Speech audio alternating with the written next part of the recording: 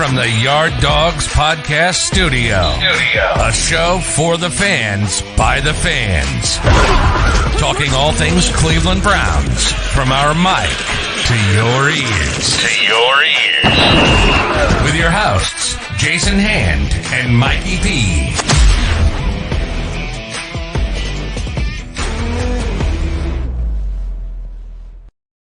Yes, the gate to the yard is now open. Welcome to the Yard Dawgs Podcast, a show for the fans, by the fans. This is Season 3, Episode 88. I'm your host, Jason Hand. You can find me on Twitter, @BrownsHuddle. The Yard Dawgs Podcast is now proudly part of Network 216. You can find Network 6 on Twitter, @Network_216. Tonight and every Tuesday night, we are streaming live exclusively on Twitch. If you couldn't catch the live show, we've got you covered. You can also find the Yard Dawgs Podcast on Apple Podcasts, Spotify, Stitcher, or wherever you listen to your favorite podcast. While you're there, don't forget to subscribe and give us a 5-star review. If you're a Cleveland Browns fan, media member, player, or former player, and would like to be a guest on the Yard Dawgs Podcast, hit us up on Twitter. You can find us there @YardDawgsPod. With me tonight is my co-host, my sidekick, my partner in crime, the one and only Mikey P. You can find him on Twitter @MikeyP422. Mikey, how we doing tonight, buddy? We're doing good, man. How about yourself?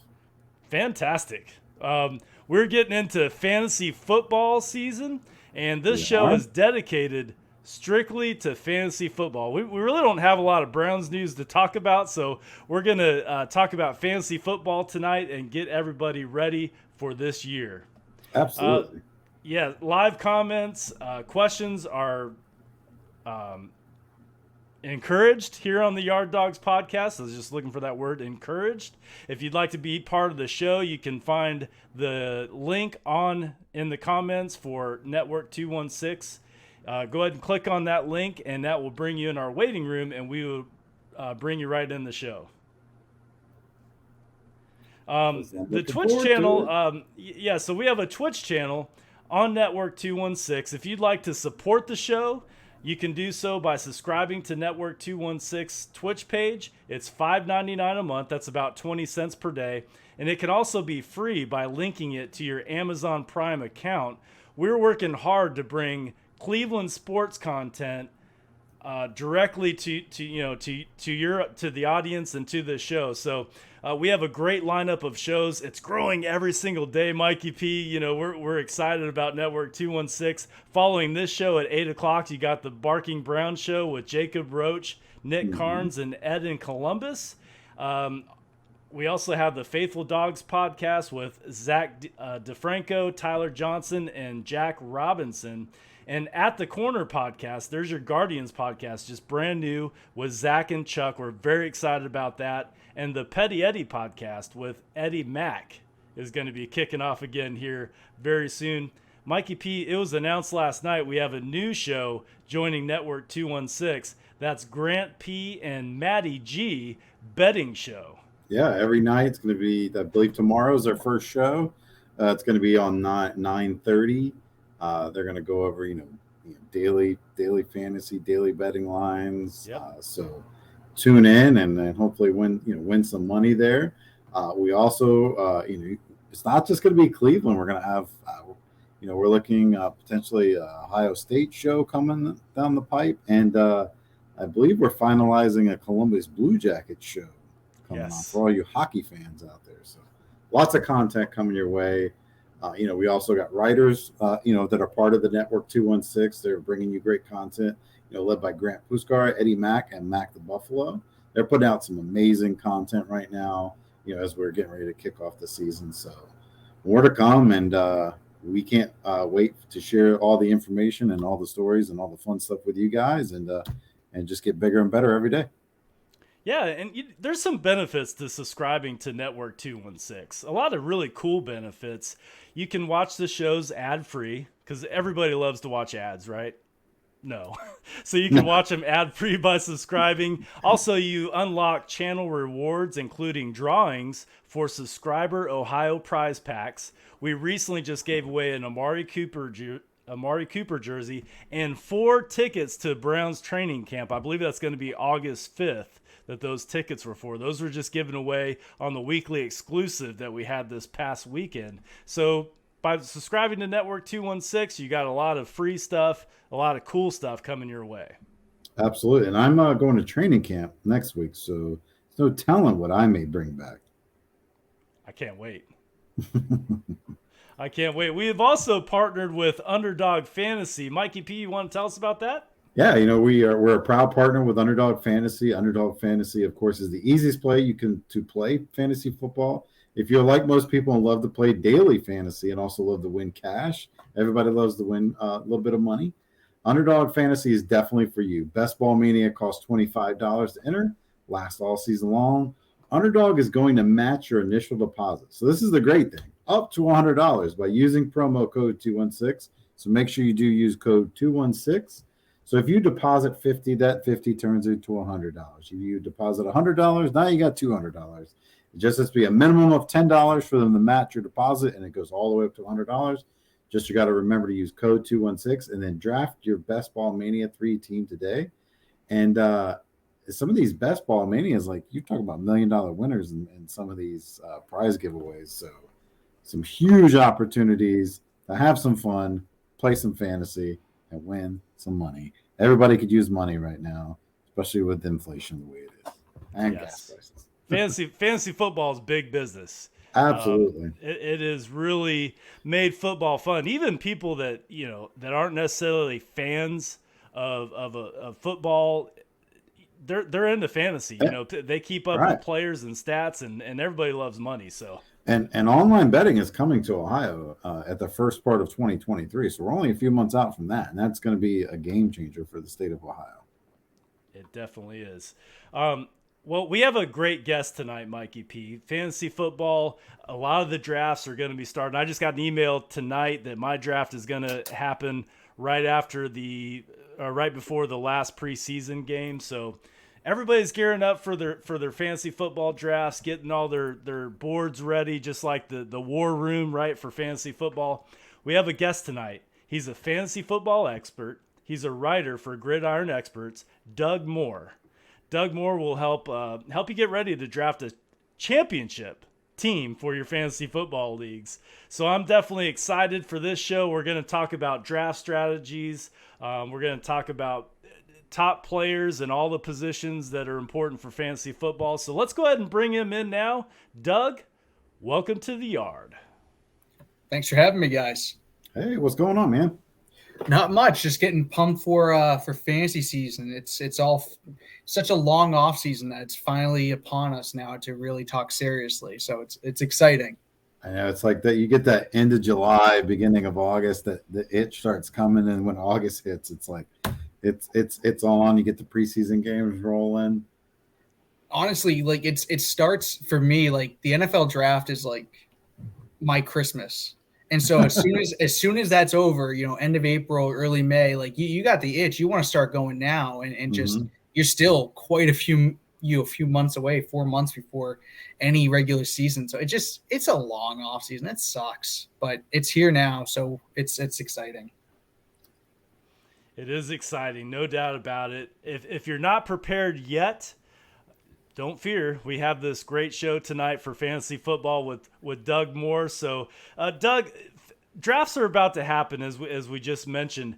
I'm curious, is it good to have a draft strategy, some kind of draft strategy going into the draft, or you just kind of go in there picking best player available? Yeah, I think it's always good to go in with a strategy, but I think what you have to be prepared for is you don't know what the other 9, or 11 people or however many are doing at the same time.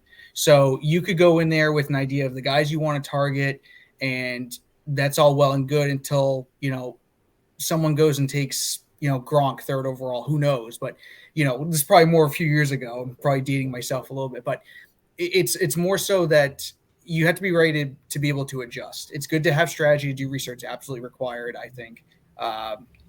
But I think, you have to be able to adjust on the fly. I think one of the biggest things I like to do is obviously look at ADPs or average draft positions, get a real sense. And the other thing too is that whatever site you're on is not going to be the same as others. So if you're on, Sleeper or Yahoo or Underdog or whatever the case is, go check out what the other sites are. Go see what their ADPs are, because it's not going to be equal, and you're going to be able to take advantage of that too. So it's good to have a couple strategies, do your research, but you have to be able to adjust on the fly based off of how the draft goes. What site have you been on that you found is the most realistic as far as ADP? Like I go on PFF a lot, just for football knowledge, but also they have a fantasy draft section and they show all the players at each position and where they're ranked. Do you find that sites like PFF are good for fantasy football? I think the tough part about PFF, they have a lot of great resources. Don't get me wrong, but I think, it's tough because, sometimes, I found myself, looking at it the other day, and some of the players that they have ranked high, like skill wise, absolutely. But in a fantasy football draft, are you going to draft someone that high? Probably not. Mm-hmm. So I think, for me, I find myself using a lot of, Sleeper and using it for dynasty and redraft. If I'm going and doing best ball, I'm going Underdog. It's just so constantly used by both people that love doing it for real, and then those that are, ingrained in it, as a career even. So you're going to really be able to get a sense of how the trends are going, because things change every day. Mm-hmm. So that's what I find myself doing. I think Sleeper, I think some of the experts with Yahoo are good too. But just really being able to tell, there's a lot of great aggregators out there too that will tell you sort of the varying, numbers and rankings between the sites too. So, but obviously it goes back to the original point, really coming up with a strategy and taking advantage of those changes between those different sites, depending on what you're using. Yeah. And some people's strategy is no strategy. I think my biggest pet peeve about fantasy drafts are when somebody in the league puts it on auto draft. Yeah. That's annoying. I find myself, I run a couple of redraft leagues every year, and I find myself ironing out time, day, everything like that, what site, and everybody's in agreement. And there's always that one or two people that, can't make it, or just, like you said, put on auto draft. Then they wonder why they have three quarterbacks in a 1 QB league at the end of the year. Correct. I mean, I can speak to this. My wife wasn't a happy camper, but I was doing a fantasy draft on our anniversary dinner last year, and trying to keep it on the low key, like keeping my phone underneath the table, and I'm sitting there, making my picks, and she caught on to it, about an hour into it. So. It's always tough for me. So I'm out here in Massachusetts. My wife, love her to death. She's born and raised in Minnesota. So every year around Labor Day, we find ourselves, it's the second year in a row now I'm going to be doing this, going out to the state fair in Minnesota. If you talk to her, she'll tell you it's the greatest there is. And this is not a plug for them, I promise. But it gets tough because usually my drafts, I like to do them as late as possible. I try to do it the day after Labor Day. So that Tuesday, 2 days before the season starts. So it gets kind of tough sometimes because you're for me, I'm on vacation, but at the same time, like, give me like an hour to an hour and a half and I'll be solid. I promise. So I hear you though. It's tough, trying to corral 7, 9, 11 people together for one sort of equal day and time. Mm-hmm. It's tough. It takes a commitment for sure. It does. And I commend you, Mikey P, for trying to get away with it at dinner with your wife. That's awesome. In a 10 to 12 person fantasy league, do you have a favorite position? So sometimes, like, I don't mind being the first or second pick, and I certainly don't mind being the 11th and 12th. It's that middle. Sometimes it's a little discouraging, but do you have a favorite draft position? Obviously it varies year to year, or even sometimes based off of what the ADPs look like. From what I've been seeing, I have no problem drafting anywhere. I know a lot of people, like you said, are kind of skeptical of drafting in the middle to the end, but there's a lot of really good depth there. You look at some of the guys that are falling towards the later round, later part of round one. You're talking about those bell cows like, Dalvin Cook or DeAndre Harris. I'm getting my names mixed up. DeAndre Swift, not Najee Harris. But then also right after, in a snake draft in the second round, you find yourself with a really solid wide receiver. You can get a guy like Adams, Diggs, Chase, Jefferson. All those guys are going to be ready at the top of the second round. So, and that goes back to originally, what I was mentioning before. You never know how the other people, especially if you're late in the first round, you never know how other people are going to do, especially those that don't do research.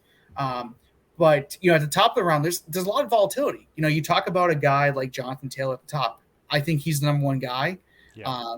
But there's nowhere to go but up, from or down for him, really. That's he has to be the best player in the draft, right? He has to be the best player in fantasy football that year. So it gives you, but you don't then pick again until 24th pick if you're in a 12-team league. And there's a lot of really good talent there. So I personally, based off of what we're seeing right now, even the middle part of the round of, round one, with a guy like Eckler or with even getting a top guy like Justin Jefferson and then being able to turn around in the middle of the second and still be able to get a guy like Diggs or Adams or even, someone like Aaron Jones who's expected to see a huge bump this year. That's where I'm seeing. So the middle to the late round is actually what I prefer at the moment. Yeah, I mean, because you look at the top 5 or 6 picks, you usually go running backs. Well, running backs get hurt. We've seen Christian McCaffrey, number 1 pick in all fantasy football, out for pretty much the entire year. Last year, Saquon Barkley got hurt. So your fantasy football season could be derailed fairly quickly just by having one of those top picks. So I guess you could look at it a couple different ways. Yeah, there's just a lot of volatility with some of the guys like McCaffrey, who the last 2 years running was the bona fide number 1 pick. And you could even make a case for him this year. And the payoff, huge, but what you could be dealing with is tough. So I look to try and get as much value as I can. And like I said, I think the top, 3 or 4 rounds, no matter where you're picking, there's a lot of value. So I like I said, if I could, I'd probably say somewhere in like the 7 to 12 range in the back half of the first round or in the back half of the draft, honestly, right now at least. Yeah, I'm a back half guy. I always love. We used to do where you would get your draft position and then you could trade back with somebody and say, hey, I'll give you the 3rd pick, and then I want your last pick. And some people would do it because I just love to be able to make back-to-back picks because it takes away that. I got 2 guys that I really like, but if he may not be there when I pick again, and it gives you the ability to do that. So that's always my favorite things, like kind of pick near the back end of the draft. Yeah, and that's the thing too. You pick first, and then you don't pick for 24th, and then it's you have this huge wait, and you have an idea of who you want. You're never going to get them, especially in the top few rounds. So I agree. For me personally, for the leagues I run for redraft, I'm kind of mean, and I don't typically see sort of that, but I also don't do the draft positions until an hour before. So that's just me being mean, but it's good to be able to develop strategy if you can based off of that. It does pay off, honestly. Now, what would your advice be for somebody in a league? Because I've noticed a lot of people started doing this lately where they're catching on to, running backs getting so many receptions. And I played in a league and I know other people are in a league where it's like they're giving the tight ends more points per reception than the receivers. And then the running backs are even getting less points per reception than the receivers. So how do you say you would combat that with like trying to use their ADP versus someone kind of tweaking the scoring range? I think what a lot of people do is they get caught up in sort of a run on a position, and it gets stressful, especially if it's at a position that you're weak. So like you said, you see the first few picks of the draft are typically going to be your running backs, and then you see 6 go off the board at once. And while it may be, worth to get at the 7th running back, it may not be worth getting him that early. So I think, that's probably the number one thing I would say to stick away from is trying to avoid those runs, because then you're probably not drafting the best value. And I think you go for value and you deal with the rest later, and I think, that's probably gonna be your best way of going about it because, again, it's there's a payoff and then there's not with doing something like that. So it's tough. Tight ends, like you mentioned, getting what they call tight end premium scoring, which is usually like another quarter point or half point reception. In those cases, yeah, you're going to want to get a guy early, or even, super flexes, which is becoming huge nowadays. We have to get 2 QBs, in your starting lineup. And that makes it that much more important. It gets it on par with, the other positions that we find ourselves drafting. So it's going to depend. But I think there's a lot of resources out there to be able to sort of see the different ways of going about that. But for me, I'm more of a traditionalist, but I can see why people would do that. And it's tough. But, that's probably my number one thing is stay away from getting caught up in the trends and the runs and go for the real value in the draft. We have a lot of welcome messages for you, Doug. A lot of people excited about this fantasy football show. So everybody's giving your support. Jeff, he says I often draft a kicker first. I know he's joking, but Mikey P, you have something to wish Mr. Jeff. Yeah. Hey, we saw Jeff post on there, and we understand that Jeff has got a birthday tonight. He's turning 44 at midnight. So Jeff listens loyally every week. And here at the Yard Dawgs, we just want to wish Jeff an early happy birthday at midnight tonight. Yes, and if any of us could sing, we would do it, Jeff. But yeah, you don't want to hear that, Jeff. Yeah, you don't want to do that. You'll tune out very quickly. Let's get into the running backs, Doug. Who are your bell cow running backs? That's like the hot commodity for your first 5 or 6 picks, as you were saying before. Who are your top 5 picks for this year for running backs in fantasy football?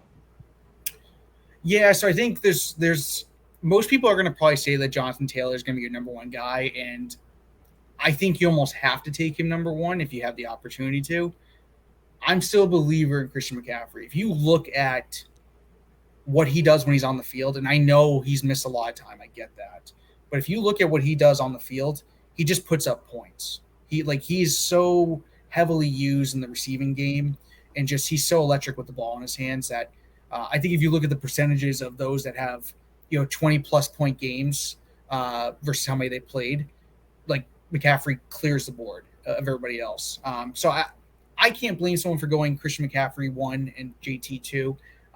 I'll say, to stick with the norm, I'll say Jonathan Taylor because he's a little bit safer, I agree, and that team looks to be a little bit improved, especially with a little bit more stability under quarterback, which I know you guys know Baker Mayfield. I don't know what to think of him as their potential QB down in Carolina. But so I think those two are 1 and 2, but you can make an argument either way. I'll stick with JT at 1 and McCaffrey at 2. There's a lot of people that are in on Derrick Henry. I think he's worthy of probably a late first round pick, early second, but there's just some concerns. He obviously, for the first time since really he came into the league and got really the workhorse role, he showed some kinks in the armor. He got hurt. He wasn't as efficient. And obviously it became a lost season for him. And he's gotten another year older. That team, the Titans, they trade away their best wide receiver in A.J. Brown. And Brown, I think, helped alleviate some of the concerns around defenses keying in on the run game as much as, Tennessee already was doing that. And, a guy like Treylon Burks and, Robert Woods could be good, but I think defenses are going to be ready for Derrick Henry, and especially with how Tannehill's played. So I can't say Derrick Henry would be in my top 5. I know a lot of people probably rank it that way. My third is going to be Eckler. I think Austin Eckler just as efficient as they come. Obviously, there's going to be some negative regression with touchdowns. He had, I think, 15 last year. I don't expect him to see that much, but I still think his usage is going to be better. And they've obviously made some improvements in the offensive line. They drafted Rashawn Slater last year in the first round. Now they drafted Zion Johnson in the first round. So they're making investments at the offensive line, and they didn't really do a whole lot at the wide receiver position. They kept Mike Williams. They have Keenan Allen. So I don't see much changing besides getting better. And I think even if Isaiah Spiller takes a little bit of work away from Eckler, I still think Eckler's going to put up a top 5 season. I would probably go Dalvin Cook at 4, and I don't know how people may think about that. And the reason I say is because he's due, unlike Eckler, for positive touchdown regression. He just didn't get a lot of scoring opportunities, but he was efficient. And he also played hurt. I think the game where he dislocated his shoulder, it was his best game of the season. So the guy can play through pain. He doesn't really get hurt that much. He knows where he sits in that running back room. But also, Kevin O'Connell is expected to come in and be able to run a much more efficient offense. And I think it's going to be more pass heavy too. Mm-hmm. And if that's the case, as you guys were talking about, receptions for running backs is key, especially in those PPR leagues. Yes. And I think because of that and what Dalvin Cook could bring in regards to the receiving game, I think he's definitely going to be in that top 5. He may even do better than 4. And then 5, I think, just from just a workload perspective, it's going to be Najee Harris. I have concerns about an offense that's going through a lot of change right now, especially at quarterback, even though Big Ben didn't do a whole lot last year. But Big Ben, noodle arm and all, which I'm sure you guys have no problem with me saying. Not at all. He threw a lot of short passes, a lot of dump offs to Harris, which bumped up a lot of his value and how much he scored. I don't know if you're going to see a whole lot of that with Trubisky or Pickett or Rudolph, whoever it's going to be. So I'm expecting for him not to be getting as many touches as he did, at least in the passing game, or if he does, not as many dump offs. But he's due for probably close to 300 touches, if not more. They've made it clear this is the guy. I have some concerns about their offensive line, especially also going through a quarterback change and just we don't know how it's going to play out. But he's going to get enough work and he's talented enough that I can't see him not being in the top 5, honestly. We're Cleveland Browns fans, and we love our running backs here in Cleveland. We have a pretty good running back room, I think. Nick Chubb, Kareem Hunt, Dearness Johnson. Let's talk about the first two, Kareem Hunt and Nick Chubb. Where would you have them ranked in fantasy football for running backs?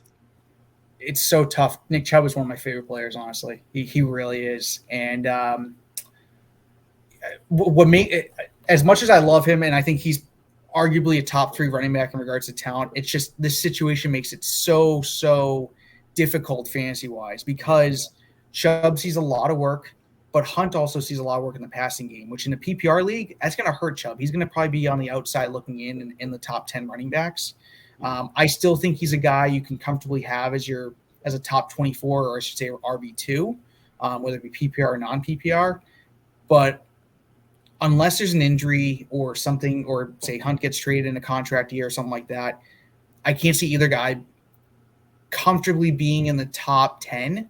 I think in PPR, Hunt is probably an RB3, so probably top 25 to top 30 just because of the amount of work he does. But a lot of it's going to depend on what happens with the rest of this offense in regards to the quarterback position. Not to get too much into it, because I think depending on how the quarterback situation plays out, you're going to either see a heavy dose of running like they did, in years past, or they might become more of a pass-centric offense, which even though there may not be as many carries to split around, it may also help because not many teams are scared of a, slow-moving Jarvis Landry or, Odell Beckham when he was hurt, whereas this year, you have a guy like Amari Cooper and, David Njoku, David Bell, who can all, really draw defense's attention. So it's tough. I would say right now, I can't say either one would be in the top 10.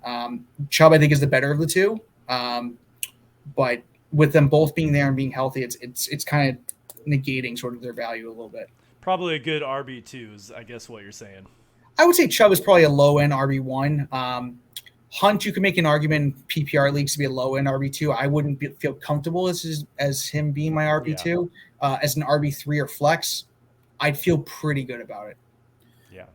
Who would you say is your best rookie running back out of who the rookie draft class this year?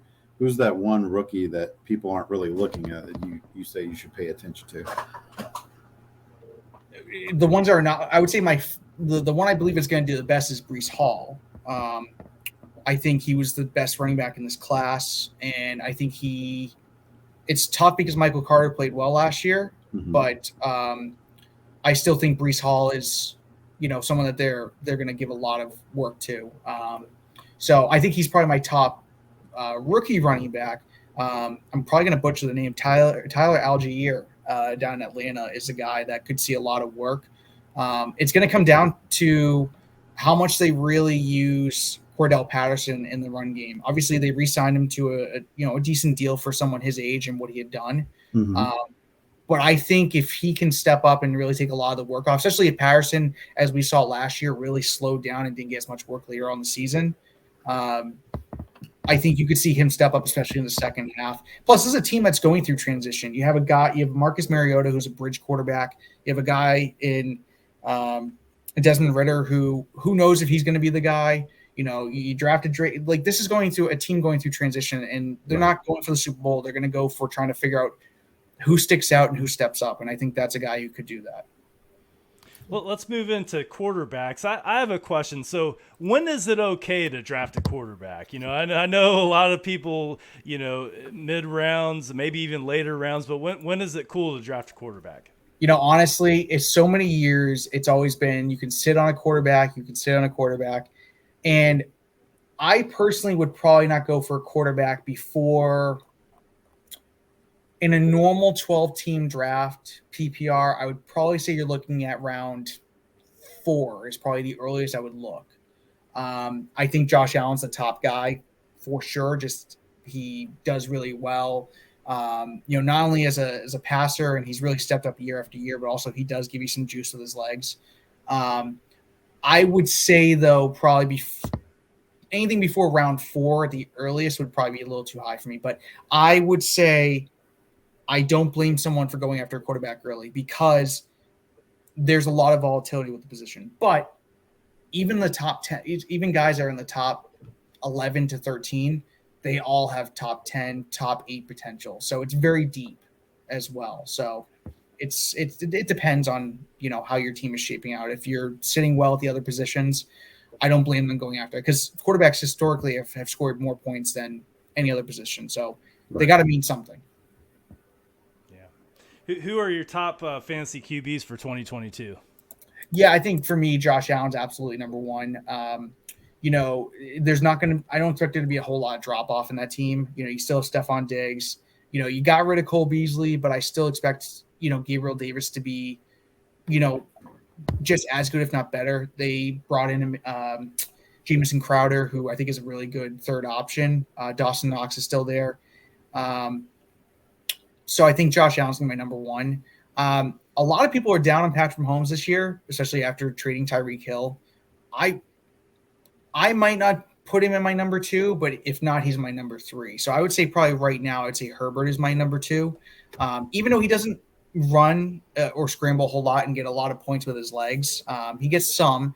But it's just this team has gotten better and better every year on offense. They're making investments on offense. This team hasn't really changed much from last year.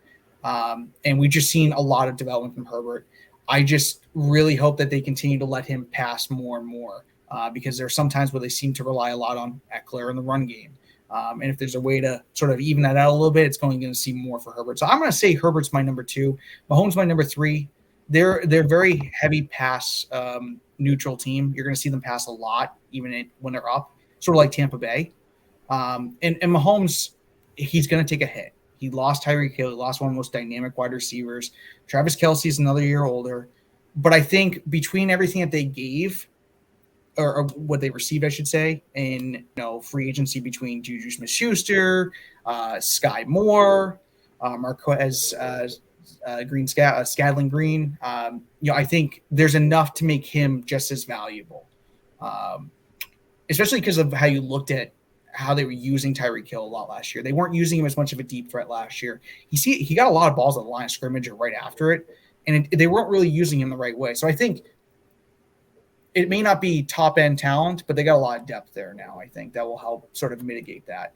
I personally am a believer in Jalen Hurts. He may not be the best on the football field to some, but Jalen Hurts was the number 1 QB in fantasy last year. He's a points producer. Yeah. He ran, and that's another point to those that argue about drafting a QB late. He was probably outside the top 12 in quarterbacks taken. So I understand the people that say that, but for me, Jalen Hurts, he's going to run the ball a lot. This is a very run-heavy team. They got even more run-heavy later on in the season. But then you also go and get a guy like A.J. Brown and give him a huge contract. You can't sit there and say – and that was after drafting Devontae Smith last year. you can't say that they're not going to be invested in doing everything they can to make this offense as good as possible. And just Hurts is involved in every aspect. Plus, their running back room doesn't exactly make me feel too excited. So he's gonna use his legs a lot. So I would say Hurts is my number 4. I want to put Brady in my top 5. I do. Like, even though he's 45, he doesn't scramble. Like, he threw the most passes out of any quarterback last year. But there's a lot of uncertainty there. I know they signed Julio Jones today. I know Chris Godwin, isn't on the pup, but he's not going to be 100%. I love the Russell Gage signing personally, but you look at the upside of a guy like Lamar Jackson, I can't say no to that. He's just so good when he's on the field. I know he got hurt last year, and that's what sort of diminished his value a little bit.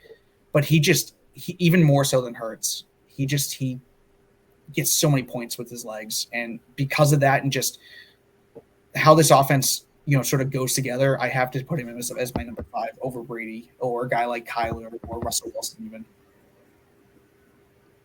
We have I have 2 quarterbacks that I want your feedback on. So Josh, he's watching the show right now.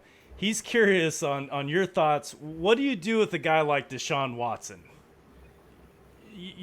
Hopefully we know before the fantasy football drafts of the length of his suspension. If it's 2 games, maybe you're going to move him way up in your ranks. But what would you do with a guy like Desean Watson in your fantasy football? Is he like no-go, or what do you do with them?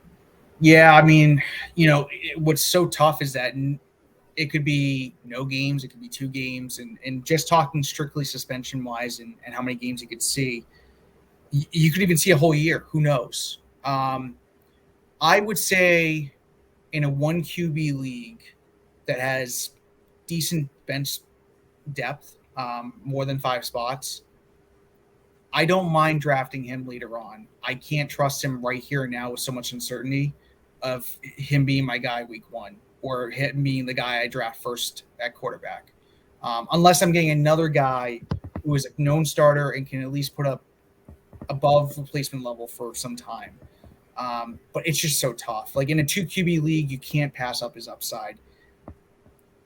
Again, same sort of situation. Maybe he's your number 2 QB, maybe he's your number 3, but I wouldn't be going in there today and going after a guy like him unless it's really, really late or simultaneously it's a 2 or 4 game suspension. I would feel a lot better about it versus say a half year or, longer potentially. It's so tough to gauge. Plus it's even with a guy like Desean Watson, I think he's a top 5, top 8 talent.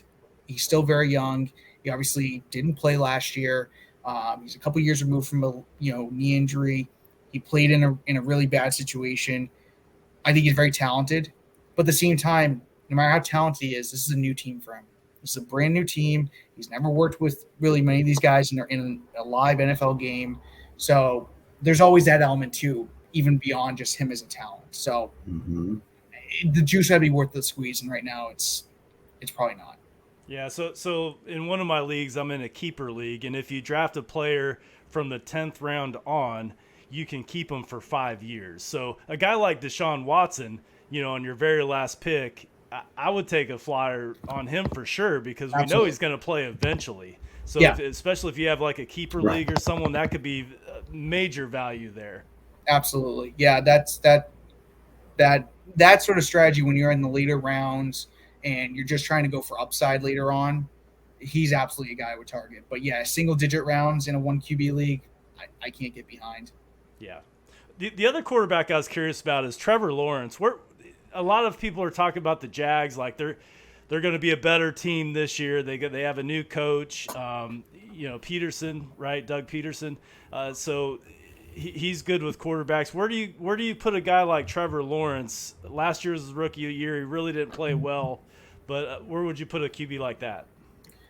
He's outside my top 12. I would still put him as one of the better QB2s in the league for fantasy this year.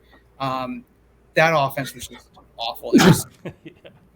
He was put in a bad situation, and obviously there's going to be some struggles. I think not everybody can be able to jump out week 1 and be able to. I mean, look at Joe Burrow. He played all right his first year. He really stepped up his second year, and I think you could see something like that where they've made some investments at wide receiver and tight end. They brought in Evan Ingram. They brought in Christian Kirk. They still have guys like Chenault and Marvin Jones. Also, Travis Etienne is going to be healthy, who's a really good receiving running back. James Robinson actually skipped the pup, so he could be ready week 1. And he actually has a head coach that knows what he's doing. So I would say he's probably outside my top 15, probably inside my top 18. The way I would approach him is in a 1 QB league, again, sort of like Desean Watson, draft later on for upside. Or if it's a situation where you get a QB really, really late and you want to sort of hedge your bet, maybe I go after a guy like that, and then just sort of play the best matchup, honestly. That could be a potential too. But yeah, he probably sits around like the 16 to 18 mark for me right now. Wow. Well, let's move on into the wide receivers. The NFL is more of a passing league. I mean, now more than ever, wide receivers can make or break your fantasy football season. Who do you got? Let's go with the top 3 wide receivers of fantasy football. Who do you got in the top 3? Yeah, I think the top 3 is I think the top 3 is pretty settled. I think it just comes down to your ranking. For me, I have Cooper Kupp number 1. Yeah. You can kind of look at what's changed year over year. I don't expect him to have the season he did. I think teams were foolish to not play as heavily on him as they did. And he took advantage of that. Stafford took advantage of that. But he's going to see a ton of work. He's absolutely going to. He's a terrific talent. I can't see him not being a top 3, but you can't pass down that upside at wide receiver 1. And I think then it really becomes a question of who do you like more between Justin Jefferson and Jamar Chase? And for me, I would go Jefferson at wide receiver 2. And the reason for that is part of what I mentioned earlier. Kevin O'Connell is expected to be a very pass-heavy, offense implemented in Minnesota. And I think that's only going to benefit Jefferson, who's still been able to do bonkers his first 2 years in the league. I think another part, too, is that he doesn't have a whole lot of competition for targets. Obviously Dalvin Cook expected to see more work in the passing game, but Adam Thielen, he's getting older. He's dealing with a lot of injuries. But they don't really have a number 3 wide receiver all lined up yet. Right. I just think with what we've seen him do so far and what could still be to come with the changes made in this offense, he just has more upside than Chase. Chase, everybody loves Chase. Don't get me wrong. He blew the roof off and whatnot. But the problem I have is that with that offense with Cincinnati, I think there's going to be regression in the offensive pass game. I don't think they're going to be able to be as good as they were. They're going to still be terrific, and I'm sure you guys don't mind me saying anything bad about the Bengals. But T. Higgins is there. Tyler Boyd is there. Those are all guys that could soak up a lot of targets. I mean, I think T. Higgins over the last 6 to 8 weeks of the season actually kept pace, if not outscored, Jamar Chase in PPR. And wow. He sees a lot more competition than Justin Jefferson's going to. It's kind of like the argument you were saying with Kareem Hunt and Nick Chubb, just splitting carries, targets, that kind of thing. That's what you're talking about with the Cincinnati Bengals. There's just not enough balls to go around. Yeah, and then you still have a guy like Joe Mixon who maybe he gets more involved in the pass game. Who knows? But, yeah, I just think Justin Jefferson has less competition for targets. He's in an offense that can only get better, it seems. Or at least more pass heavy. I don't think the Bengals can get much more than they already are. And I think just, between less competition, better offense, and just, what we've seen, what the body of work we've seen so far from him, I can't see him not being better than Chase if all situations are the same at the end of the year. This is all very good stuff, man. We appreciate you coming on the show. Let's get into the tight ends. We have about 15 more minutes. Who are your top tight ends? Tight ends it's a great position. The Browns just extended David Njoku. We're excited about him here in Cleveland. I don't know where he stacks up with your fantasy football rankings as far as tight ends, but who would you say are your top tight ends to go after in the draft? Yeah, tight ends. And you guys were talking about earlier with tight end premium and stuff like that. I think one of the good strategies to go in is to really focus on getting a tight end early because there's a lot of drop off. And we saw that last year. I mean, we saw some guys step up. We saw Mark Andrews have a terrific year finally. But for me, Kelsey, especially considering Tyreek Hill is no longer there, Kelsey's my number one. He's getting older, yes, but he still was on the field plenty. Less. I don't think he's going to have to contend with Hill, obviously, anymore. The run game is up in the air. There's a lot of questions. Clyde Edwards-Helaire was on the pup as of today. Ronald Jones is there. Who knows? So, this is going to be a team that passes a lot. Kelsey has proven to be that guy for Mahomes. And even though there's going to be other wide receivers in the mix, Kelsey is by far the number one target in the passing game. So you can't say that about many other tight ends. So he's my number one. I would say your number two, in the same breath, Mark Andrews is going to be there. They traded away Marquise Brown, who was number one wide receiver. I'm excited to see what Rashad Bateman does. But besides Bateman, there's nobody else. There's really nobody else. And Andrews he's a terrific talent. I've been excited about him ever since he came out of Oklahoma. I was really excited to see how he broke out last year. I expect there to be a little bit of a drop-off because, interestingly enough, a lot of his production came when Lamar was hurt, not playing. Mm-hmm. But I think between Brown not being there anymore, not really replacing it, and hopefully Lamar making a better improvement as a passer, I think it's still going to help keep him in the top three. Or I would say even the top two, honestly. And then it gets kind of interesting. You could talk about, I think the top five players are all the same. It's just how you stack rank them. You got a guy like Darren Waller who plays really well. He was doing really well, had stretches where he wasn't last year. He's not going to see as many targets, I think, this year with Devontae Adams there. But at the same time, defenses were double and triple teaming him. That's why he wasn't able to come down with a lot of passes. Now you get some of the pressure off of you. And so maybe, even though he's not getting as many targets, he may be more efficient and actually be able to convert more of them. But then you also have a guy like George Kittle. That team's going through, change right now with Trey Lance. And they came, Kyle Shanahan came out today and said, Trey's the guy. There's no question at this point. If Trey's healthy, he's the guy. So there's going to be that transition of what does that look like? How does Trey work with George Kittle? And so I think he's still in the top five, but I'd probably have him at 4. I think for me at 3, though, I would have Kyle Pitts. And again, this is a team that doesn't have a whole lot of weapons to work with. They, Calvin Ridley's out for the year. Their running back position's up in the air. They don't really have a QB of the future yet, I don't think. They drafted Drake London, who I still expect to see a lot of work. But Kyle Pitts showed last year why he was drafted 8th overall. He's just so good. He's so electric. It takes tight ends typically a couple of years to get their feet out from under them in regards to getting ready for the league. We saw that with David Njoku even. But Pitts was able to do it year one. And he scored 2 touchdowns last year. That's insane for a guy who played as much as he did. There's going to be positive touchdown regression. So he's my number 3 guy. I can't wait to see. They're going to be playing from behind a lot too, so they're going to have to pass the ball. Pitts is just so good that he can even beat those double teams often. So I would probably have a Kelsey, Andrews, Pitts, Waller, and then Kittle.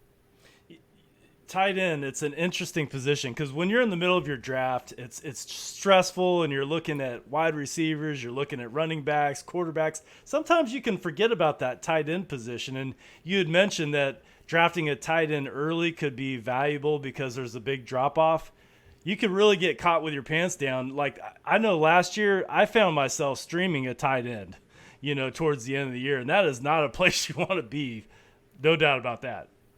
No, it's one of those positions that I might be okay with reaching for because, again, after those top 5, there's a huge drop down in value. Yeah. You look at guys like Dallas Goedert, TJ Hawkinson, Dalton Schultz, they're all good, but they're not on the same level as those top 5 guys. So I would say if there's a strategy to go in a normal setting, it's a 1 tight end start. You got to try and come away with a top tight end. Because if you extrapolate what, say, Travis Kelce did last year or Mark Andrews did last year versus, say, the other positions, I think they both finished in the top 10 for what a wide receiver would score.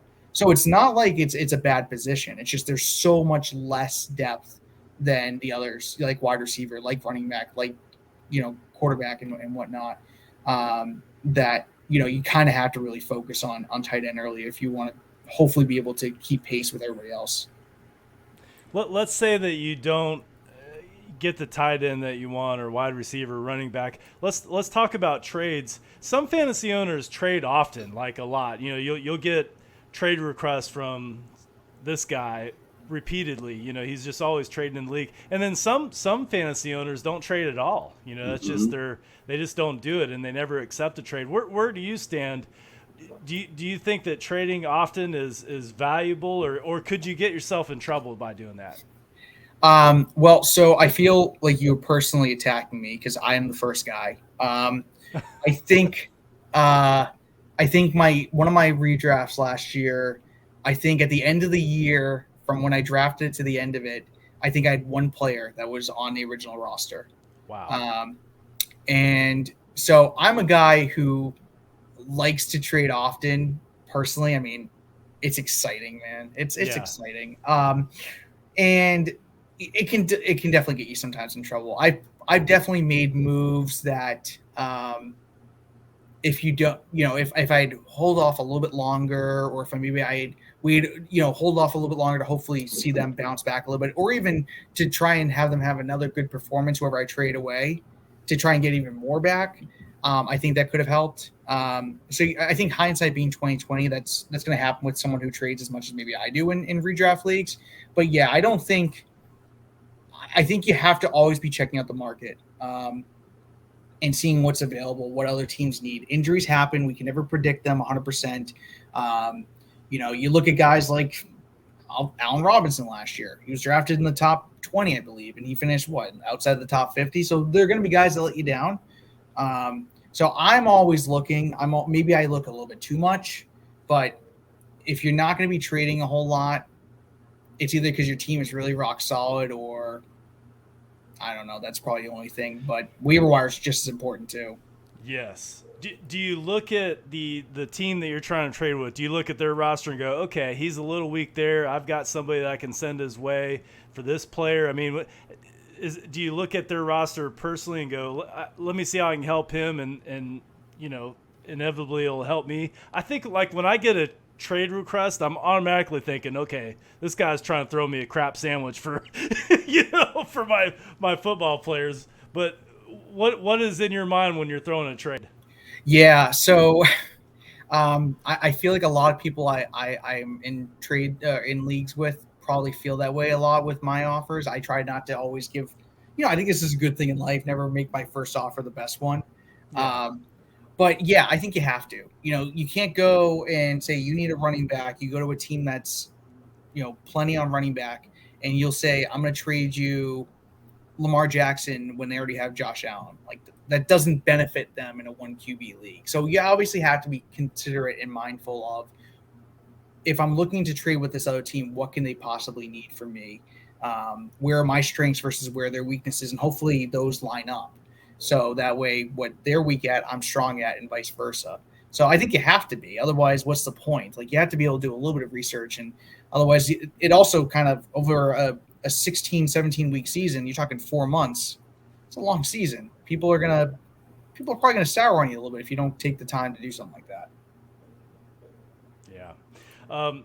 Waiver wire, Mikey P, we're about to get into a league, a competitive league with our compadres at Network 216. Waiver wires are important. How important is it to pay attention to waiver wires? Because there's gold in there. Not every good player gets drafted. What are your thoughts about waiver wire? Like, how do you prepare for it when it comes up each week? Oh yeah. If you want to be, if you want to, it's a must. It's a must if you want to be able to compete all season long. You absolutely have to. For me, that's one of the things I typically do every week during the season is writing up who's guys to be targeting. I'm looking as soon as Sunday. I'm getting ready. Most leagues have it. I think it clears at like 2 or 3 in the morning on Wednesday.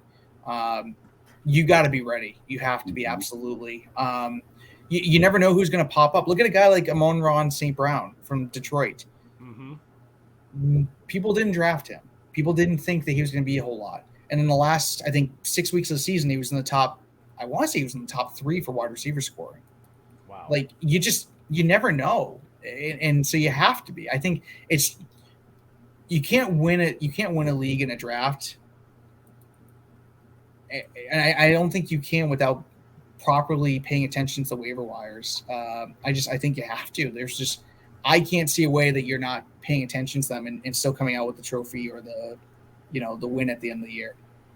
I think one of the big lessons that I learned tonight is you're not going to win your fantasy draft or fantasy football league by just the draft. Correct. In the draft alone. You're going to have to make some good solid trades throughout the year and watch that waiver wire. Yeah, waiver wire is huge, especially early on, because you get those sometimes in that first 4 weeks you get those breakout guys that kind of come out of nowhere and they're getting some action and you pick them up, and sometimes they turn into key pieces for sure. I've been victim of that and been rewarded by that. So. Yeah, there's always going to be a guy. I mean, look at Cordell Patterson. We talked about him earlier. He, nobody expected him to play as much as he did or do as well as he did. And then he's going into London and scoring 3 touchdowns in a game and providing top 12 scoring. And he also had running back wide receiver eligibility last year. Mm-hmm. You absolutely have to. It's going to make or break your season, I think, no matter how good your team is. So absolutely, you got to be continuing to scour, because even if you go and get a guy that you don't need, flip him. Go get somebody else that you need. Go to a team that really needed him, that lost out for whatever reason, and flip it for something you do need. So there's a lot of benefits to it. All right, we got about 3 minutes. I want to get into some sleepers. You'd mentioned that your homework really starts after the NFL draft. Give us some players that are young, maybe not household names, maybe names that we really don't know very well, in their first year, maybe even going into their second year, that you see that could have a breakout year this fantasy football season.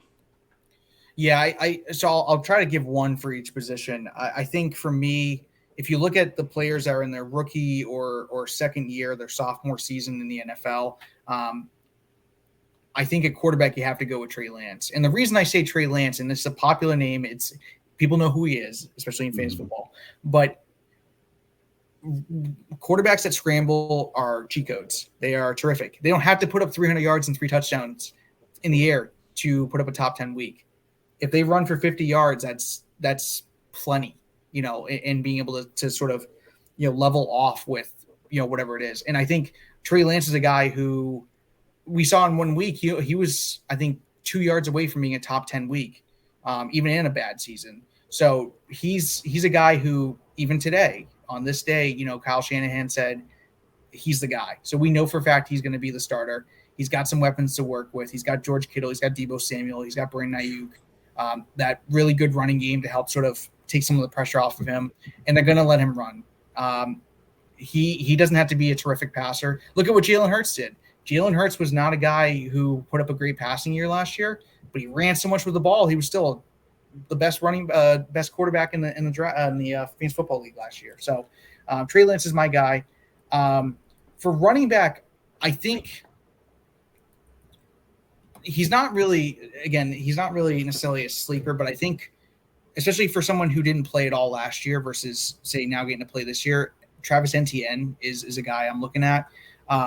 Now, granted, he probably loses a little bit of luster with James Robinson potentially being ready for the season because he missed the PUP list, especially after tearing his Achilles at the end of last season.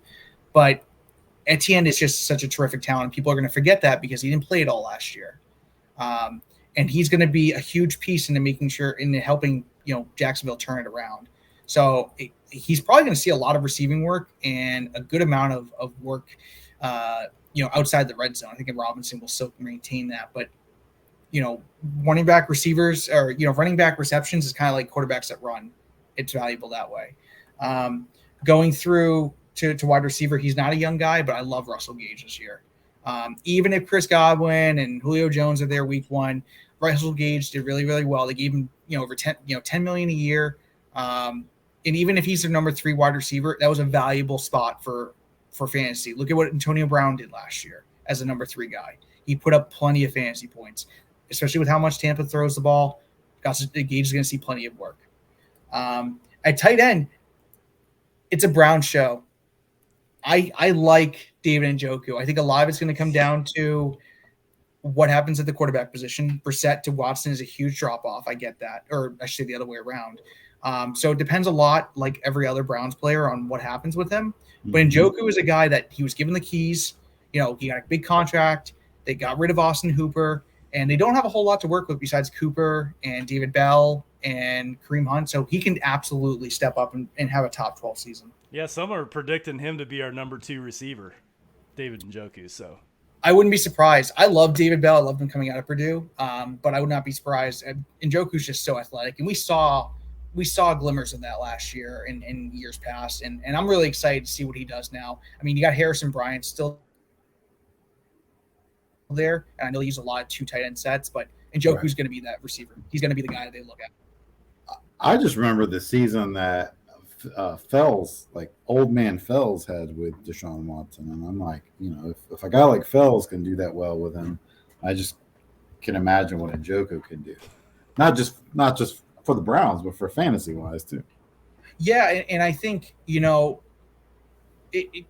I think for the and I won't necessarily get into what the Browns' offensive philosophy is, but I think between their deficit at quarterback probably Baker Mayfield when he was healthy was probably a little bit above average fantasy wise, but football wise he's probably a little bit above average at his peak.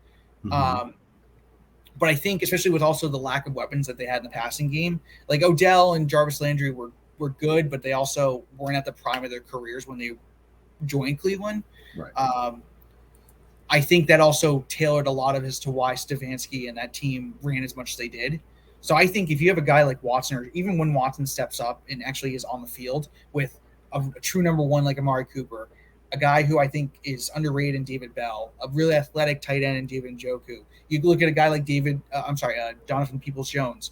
You got guys that could really make a difference in the passing game. And I think you could see a lot of the change that happens in Cleveland from being so run-centric to being more of a balanced offense, especially when you have a quarterback like Watson, or the talent of someone like Watson. Look at that. We did a fantasy show, but we even got some Browns players in there. Pumped us up. I love it, Doug. This was such a great show. Mikey P, do you have any final thoughts? No, man, just thanks for coming on, Doug, and giving us all this fantasy advice. I feel like I went from ill-prepared to prepared in like about an hour. I'm feeling good. Like I want to do a draft tonight. So, but I'm ready. Like it's funny how things have changed, in fantasy. Like I remember getting into fantasy football with my dad. And when we started, we basically, you got, I think it was 5 points you got for every 100 yards. And then I think you got 6 points for touchdowns, and that's all we gave. Yeah. And a lot of times you didn't know if you won or not till the USA Today came out the next day, so you could put everybody's stats. So where we've come from starting fantasy to now, like it's amazing, and I'm enjoying the ride.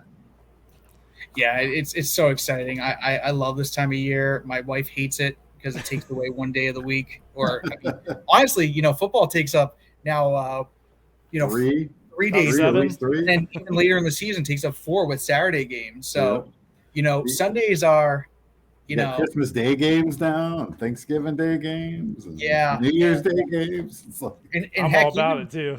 Even the having a game like in London, I know they're getting a game in Germany in a couple of years. Like it's just gonna make it. I'll get up for that. I'll be there. Like I love being at breakfast and seeing a game on like in London, just going and. Yeah, no, I'm excited. Football's so much fun. I hate that it's such a long off season, but we're finally just over a month away from regular season. I can't wait. As my wife refers to it, she says she's a football widow. Well, the way I think about it is not to take up too much more time, and I'm going to kind of show myself a little bit. There's Fever Pitch. I don't know if you guys ever seen it by Jimmy Fallon. Yes. And it's kind of like regular, baseball season, I can't remember what the character's name was versus the off season. And it's sort of like, for some of us, that might be the shift that we all, our significant others see, or our families. Oh, it's true. It's true. So your wife sees off season Doug and in the middle of the season Doug. Two different Dougs. I would think so. Yeah. I mean, I like to be, I think I'm pretty flexible in the off season of, hey, it's Sunday afternoon. What do you want to watch? Or, hey, do you want to watch that show on Thursday night? It's like, no, Not really. In season at least. Whereas now, or at least for a little bit longer, sure, I'll be a little bit flexible. Stuff like that. So absolutely, I wouldn't say it's as bad as he was in that movie, and much he was involved, but yeah, something along those lines. Well, this is a part of our show where we'd like to give our guests a chance to give themselves a plug. Where can the listeners find you on social media? They can find me on Twitter at DMooreNFL. Fantastic. Well, Doug, this was phenomenal. A lot of information. I can't wait to rewatch the show because there was a lot of great information, and you've definitely helped us prepare for our fantasy football draft. So we definitely appreciate you coming on the show. Stay tuned. This is the Network 216 Twitch channel. We have the Barking Browns show coming on next, probably in about 30 seconds. So I like to end all of our podcasts with the Go Browns, but for the spirit of the show, we'll end it with a Go Fantasy Football. 1, 2, 3. Go Fantasy football.